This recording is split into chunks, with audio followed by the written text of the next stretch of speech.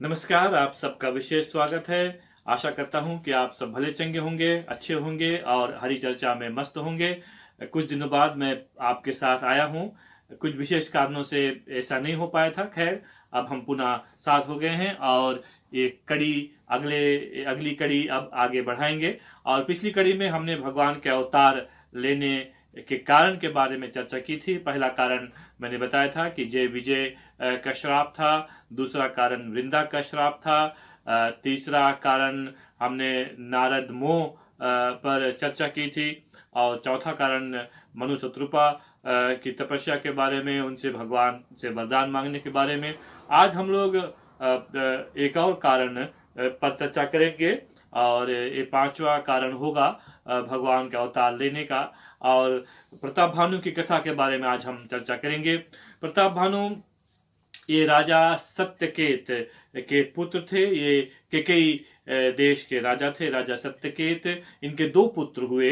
एक का नाम था प्रताप भानु और दूसरे का नाम था अरिमर्दन। तो राजा जब कुछ बूढ़े हो जाते हैं, वृद्धावस्था हो जाती है, तो वो वन में चले जाते हैं और राजा प्रताप भानु को वो राजा बना देते हैं। अपने बड़े पुत्र प्रताप भानु को राजा बना देते हैं और छोटे पुत्र अरिमर्दन को वो युवराज पद सौंप देते हैं। और फिर उनके मंत्री धर्मरुचि इनके मंत्री रहता है। तो इस तरह से अब प्रताप भानु राजा बन जाते हैं। और ये क्या करते हैं, ये दिग्विजयी के लिए जाते हैं। मतलब कि अन्य राजाओं को जीतते हैं और पूरे भूमंडल पर अपना राज्य स्थापित कर लेते हैं राजा प्रताप भानु। और बहुत प्रतापी राजा हुए और इन्होंने बहुत सारे यज्ञ किए, बहुत सारे सत्कार किए, लोगों की बहुत सेवा की। जो कुछ भी उनसे बन पाता था, लोगों की मदद करते थे और जो सत्कार करते थे वो वासुदेव को अर्पित करते थे। और इस तरह से उनका राज बहुत अच्छी तरह से चलता था। पूरे भूमंडल पर उनका राज हो गया था और सभी तीनों लोकों में उनका नाम फैल चुका था कि प्रताप भानु बहुत ही प्रतापी राजा हैं। तो इस तरह से एक दिन क्या होता है, राजा प्रताप भानु अपने सैनिकों के साथ ये आखेट के लिए वन में निकलते हैं। और वन में जाते हैं तो वहाँ काल नेमी राक्षस एक सूकर के रूप में, एक सुअर के रूप में आगे दिखाई देते हैं। और इस तरह से राजा उस सूकर का पीछा करते करते घने वन में, विंध्याचल पर्वत घने जंगल में चले जाते हैं। और ये क्योंकि ये कालने में राक्षस था, तो ये क्या करता है, राजा को घने जंगल में ले जा करके और राजा को भटका देता है। तो राजा भटक जाता है और भूखे प्यासे राजा घना जंगल में अकेले। तो अब राजा को जब प्यास लगती है तो फिर वो देखता है कि एक छोटा सा कोई मुनि जी का कोई कुटिया है। तो वहाँ पहुँचते हैं तो देखते हैं कि एक मुनि वहाँ पर है। तो उनसे पानी मांगते हैं तो मुनि इन्हें पानी दिखाते हैं, तालाब दिखाते हैं। राजा पानी पीता है और फिर उनके पास लौट कर आते हैं मुनि के पास में। तो वास्तव में ये एक कपटी मुनि था।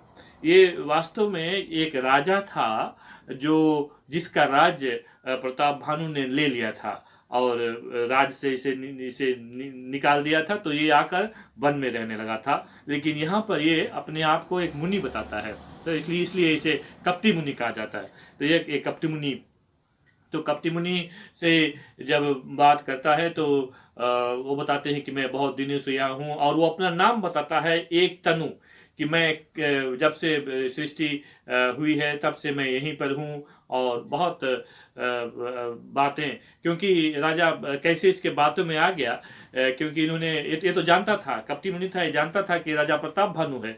तो इन्होंने उनका नाम ले लिया कि ना आप प्रताप भानु हैं, आप राजा हैं ना। तो इससे राजा प्रताप भानु बहुत प्रभावित हुए कि ये कैसे जानता है। समझ के सोचते हैं कि ये कोई बहुत पहुंचा हुआ मुनि है। तो फिर वहाँ पर फिर वो राजा से कह देते हैं, राजा प्रताप भानु कि ना कि राजा प्रताप भानु सोचते हैं कि बहुत पहुंचा हुआ है, तो उनके चरणों में पड़ते हैं, कहते हैं ना आशीर्वाद दो। तो वो कहता है कि मांगो क्या चाहते हो। तो प्रताप भानु जी सोचते हैं तो ये तो बहुत पहुंचे हुए हैं, तो ये कहते हैं उनसे वरदान मांग लेते हैं कि मुझे बुढ़ापा ना आवे, मेरी मृत्यु ना हुए, और मुझे कोई जीत ना सके, और 100 कल्प तक मेरी भूमंडल पर मेरा राज्य रहे। ऐसा ये 4 चीजें मांगते हैं। देखो यहाँ पर लालच ना कि वो मेरी ना कि मेरी जीत सदा रहे और मेरी मृत्यु ना हुए और मैं 100 कल्पों तक राज्य करूँ, ऐसा ऐसा ऐसा मांगता है। तो ये जो कपटी मुनि है राजा प्रताप भानु से बताते हैं कि ये सब हो सकता है, लेकिन तुम्हें ब्राह्मणों को अपने बस में करना होगा ना। जब ये सब वो कहते हैं, वो अपना जो चाहते हैं कि बुढ़ापा ना आवे ना, जो 4 वरदान मांगते, बुढ़ापा ना आवे, फिर मेरी मृत्यु ना हो, और फिर बोलते हैं कि मुझे कोई जीत ना सके, और फिर बोलते हैं कि 100 कल्प तक मैं राज्य करूँ ना। जब ये बात रखते हैं तो कपटी मुनि कहते हैं कि ऐसा हो सकता है, लेकिन इसके लिए तुम्हें ब्राह्मणों को अपने बस में करना पड़ेगा। तब ये पूछते हैं कि ब्राह्मणों को कैसे हम अपने बस में कर सकते हैं। तब कहते हैं कि एक रास्ता है, एक रास्ता है, और रास्ता ये है कि तुम ब्राह्मणों को आमंत्रित करो, सारे ब्राह्मणों को 10,000 ब्राह्मणों को आमंत्रित करो, और उन्हें भोजन कराओ, और जब भोजन कर लेंगे तो वे तुम्हारे बस में हो जाएंगे। लेकिन भोजन बोले मैं पकाऊंगा ना, मैं भोजन पकाऊंगा, मैं तुम्हारे रसोइये के रूप में मैं आऊंगा और मैं भोजन पकाऊंगा, और जब ये भोजन कर लेंगे तो ये सब तुम्हारे बस में हो जाएंगे। तो राजा प्रताप भानु ने सोचा कि चलो ठीक है, ऐसा करते हैं। तो राजा तो वैसे भी बहुत थका हुआ था और वो आराम करते हैं। तो कहते हैं कि तुम कपटी मुनि राजा प्रताप भानु से कि तुम आराम करो, तुम सो जाओ, और मैं अपने योग माया से ना, अपने प्रताप से मैं तुम्हें आपके राज्य में पहुंचा दूंगा। तो ऐसा होता है, राजा जब सो जाता है तो जो काल नेमी राक्षस राजा प्रताप भानु को भटका कर लेकर आया था शुकर के रूप में, वो कपटी मुनि से मिलने आता है। तब कपटी मुनि सब बात इन्हें बताते हैं कि ऐसा करना है, और बोले आप इन्हें रातों रात इनके महल में पहुंचा दो।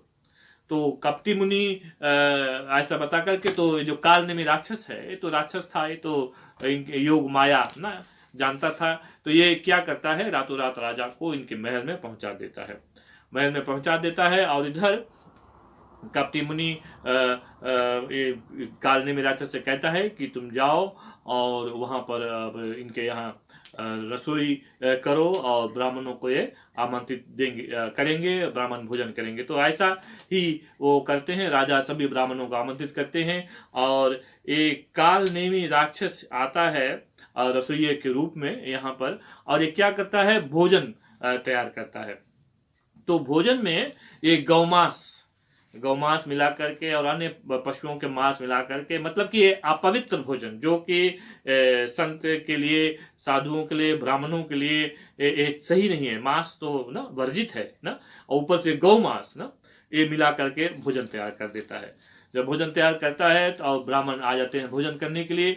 तो जैसे ब्राह्मण लोग अब कहते हैं कि राजा से कपटी मुनि ने बताया था कि भोजन हम पकाएंगे, लेकिन तुम भोजन परोसना, तुम भोजन सबको बांटना ना, लोग समझे कि तुमने भोजन बनाया है।